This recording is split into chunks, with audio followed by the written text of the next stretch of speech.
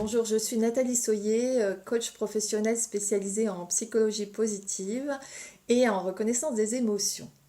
Alors, j'ai une question à vous poser aujourd'hui. Si on vous disait que avec un effort minimal, vous pourriez accéder à un bien-être supérieur, est-ce que vous y croyez?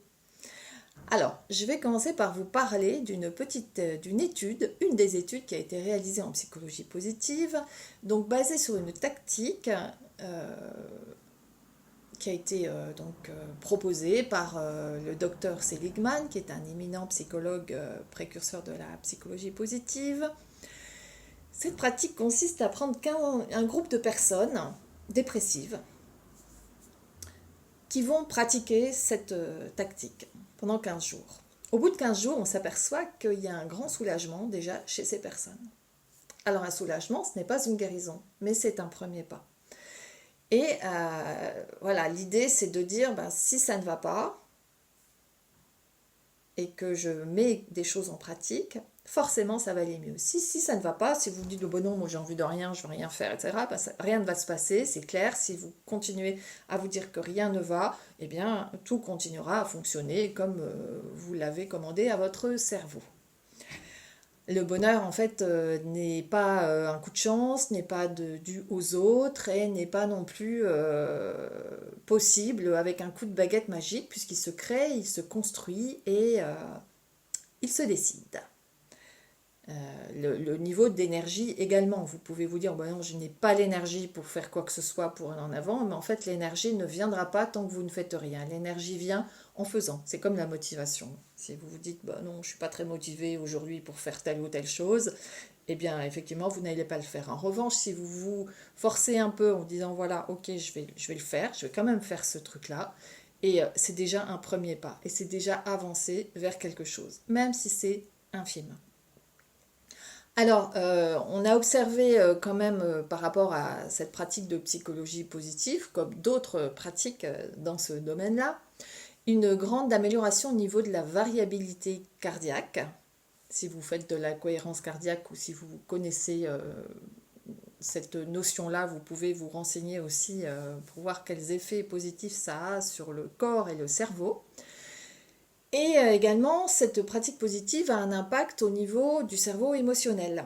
On observe que le cerveau modifie ses connexions neuronales en fonction de ce qu'on lui apporte, puisque le cerveau retient ce qu'on utilise le plus parce qu'il pense que c'est le plus important. Donc si vous allez moins bien ou si vous entretenez les ruminations et les choses négatives, eh bien votre cerveau pense que c'est ce qu'il y a de mieux pour vous. Alors que si vous reprogrammez les choses autrement pour aller vers du positif, eh bien le cerveau va intégrer ces choses-là progressivement. Ça ne se fait pas du jour au lendemain. En plus, ça dépend de votre niveau de bien-être de base, bien évidemment. Alors, ce n'est pas aussi simple que ça, mais vous pouvez donc, pour la pratique, retenir par jour 3 choses positives qui vous sont arrivées. Alors, ça peut être des choses complètement anodines et complètement fugaces. Donc, ça peut être vraiment j'ai passé 5 minutes au soleil, même si vous avez apprécié le soleil entre deux nuages, c'est toujours ça de prix. Vous avez, je ne sais pas, mangé un plat qui vous plaisait, rencontré quelqu'un, voilà, une amie dans la rue. Après, ça, ce sont des petites choses. Il peut y avoir des choses beaucoup plus faciles à retenir, comme par exemple trouver un emploi ou revoir quelqu'un qu'on aime. Voilà, il y a différentes possibilités. Après, vous pouvez être dans un état vraiment catastrophique au niveau mental. Et malgré tout, il faut quand même gratter. En fait, il faut gratter, il faut vraiment aller chercher. Alors cette fois-ci, on n'est pas dans aller chercher dans le passé, gratter ce qui ne va pas, parce que finalement, c'est pas ça qui va avancer, mais gratter sur ce qui va bien.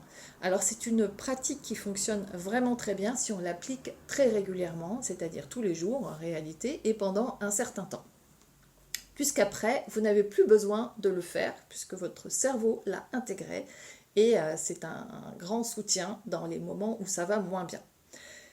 Parce que bien sûr, la psychologie positive, ce n'est pas la pensée positive où on se dit tout va bien, tout va bien, tout va bien. Non, non, pas du tout, ce n'est pas du tout ça. La psychologie positive permet d'avoir un focus sur ce qui va bien pour pouvoir mieux accepter ce qui va moins bien. Donc ça permet aussi d'être plus optimiste et plus créatif pour trouver des solutions. Alors ça consiste en quoi? Chaque jour, chaque soir, vous retenez 3 choses positives qui vous sont arrivées dans la journée. Vous pouvez les écrire sur un carnet ou les mettre sur des petits papiers que vous allez mettre dans un pot ou ce que vous voulez, un récipient dans lequel vous pourrez les piocher éventuellement les jours où ça va moins bien. Si vous ne voyez rien qui va bien, eh bien provoquez. Vous pouvez provoquer aussi ces événements-là, vous pouvez faire un truc qui vous plaît. Alors vous pouvez vous dire, oh, ben non, bon, mais il n'y a rien qui plaît, il n'y a rien qui va aujourd'hui. Cherchez, vraiment, cherchez au fond de vous, ça demande un effort. Toute évolution demande un effort. Il faut être persistant, persévérant, et c'est le seul moyen pour avancer et changer votre état d'esprit.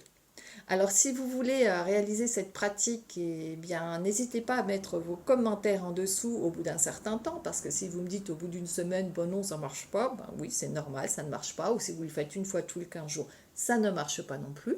Si vous pratiquez déjà ceci, vous pouvez aussi mettre vos commentaires et donner votre avis sur cette pratique régulière.